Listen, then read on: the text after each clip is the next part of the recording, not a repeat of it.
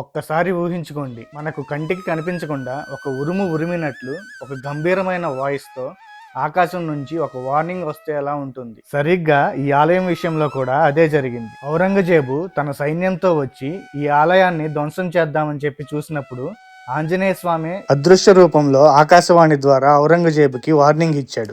దాంతో దెబ్బకి ఔరంగజేబు వెన్నులో వణుకు పుట్టి పారిపోయాడు. అంటే ఆయన ఆలయాన్ని ఆయనే కాపాడుకున్నాడు. అంటే ఆ ఆంజనేయ స్వామి అనుక్షణం ఈ ఆలయంలో ఉంటున్నారన్నమాట. సాటర్డే కదా, కర్మన్ ఘాట్ ఆంజనేయ స్వామి టెంపుల్కి వెళ్దాం అని చెప్పి స్టార్ట్ అయ్యాను. ఏదో కొత్తగా ఎగ్జిబిషన్ పెడుతున్నట్లు ఉన్నారు, టైటానిక్ షిప్ పెట్టారు.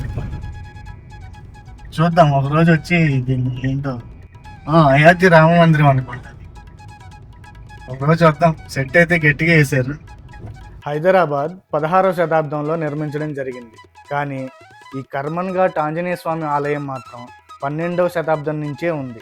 12వ శతాబ్దంలో కాకతీయ రాజైన 2వ ప్రతాపరుద్రుడు ఈ ఆలయాన్ని నిర్మించాడు. అంటే హైదరాబాద్ పుట్టక ముందు నుంచే ఈ ఆలయం ఇక్కడ ఉందన్నమాట.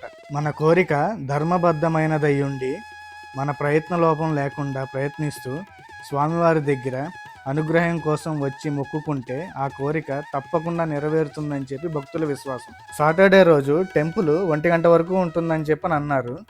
అందులోనూ మేము ఇంటి దగ్గర బయలుదేరేసరికి లేట్ అయిపోయింది. దట్టు సాటర్డే రోజు కొద్దిగా ట్రాఫిక్ హెవీగానే ఉంది, దారి పొడుగుత. మేము వచ్చేసరికి 12 దాటిపోయింది టెంపుల్ దగ్గరికి.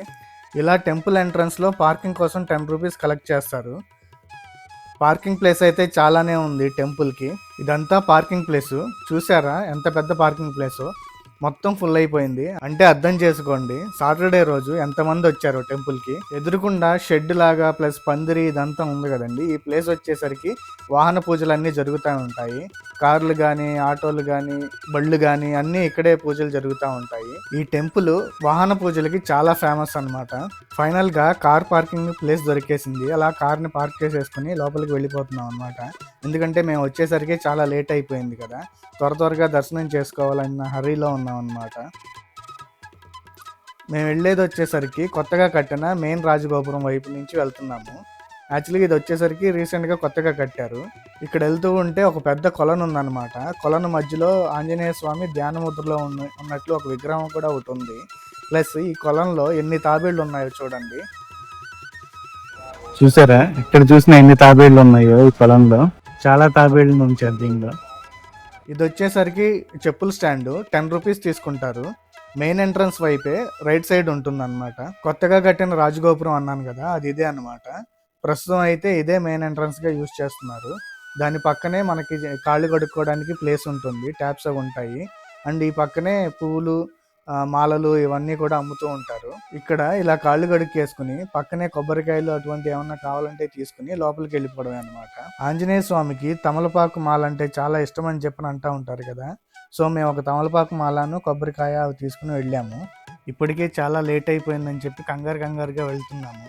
ఇక్కడ చూస్తే జనం మాత్రం చాలా మంది ఉన్నారు. దర్శనం ఎంతసేపు పడుతుందో అన్న టెన్షన్ ఒకటి మనసులో ఉండిపోయింది. చూసారా, ఫుల్ క్రౌడ్ ఉన్నారు ఇక్కడ, చాలా మంది వచ్చారు.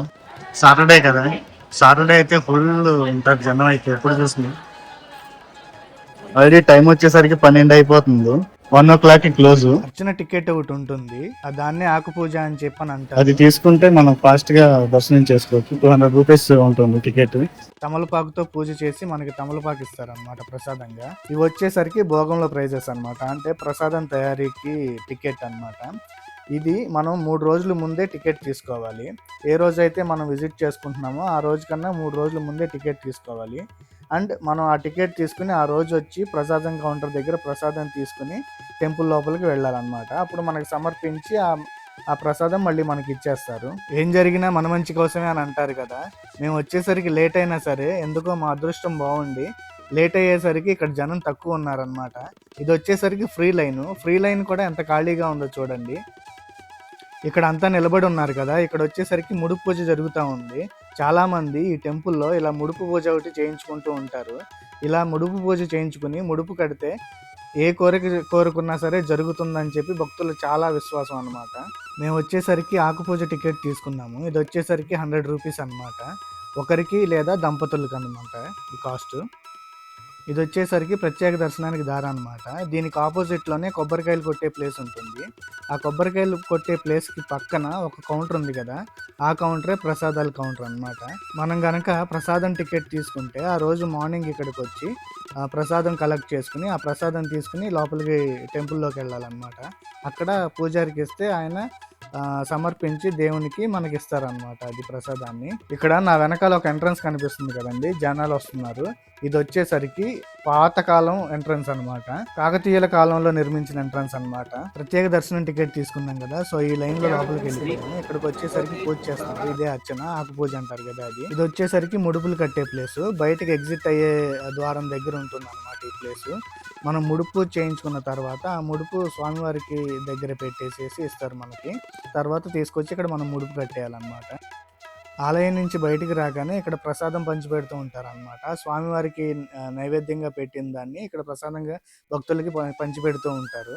తప్పకుండా తీసుకోండి. అలాగే ఇక్కడ నిత్యాన్నదానం జరుగుతూ ఉంటుందండి. ఇక్కడ కూర్చున్న వాళ్ళందరూ వెయిట్ చేస్తున్నారు అన్నదానం గురించి.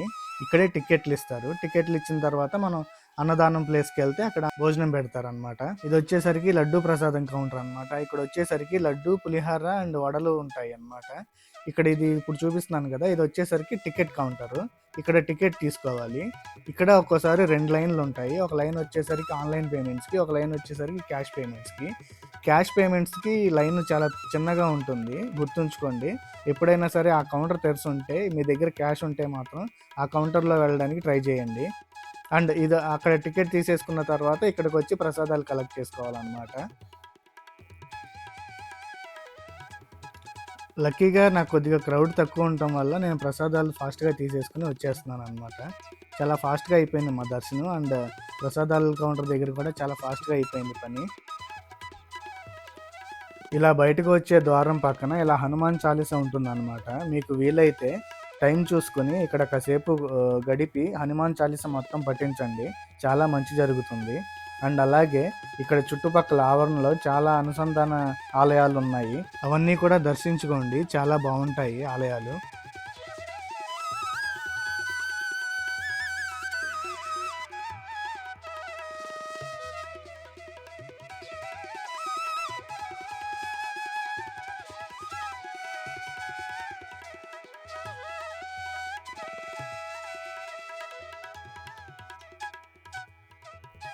అలా మా దర్శనం అయితే కంప్లీట్ అయిపోయింది. చాలా బాగా జరిగింది. లోపల కెమెరా అలౌ లేదు కాబట్టి వీడియో తీయడం కుదరలేదు. కానీ మీకు వీలైతే ఎంతసేపు వీలైతే అంతసేపు దేవుణ్ణి చూడండి, చాలా బాగుంటారు ధ్యానముద్రలో. అలా మా దర్శనం ముగించుకుని ఇంటికి బయలుదేరిపోయాము. Thanks for watching my video.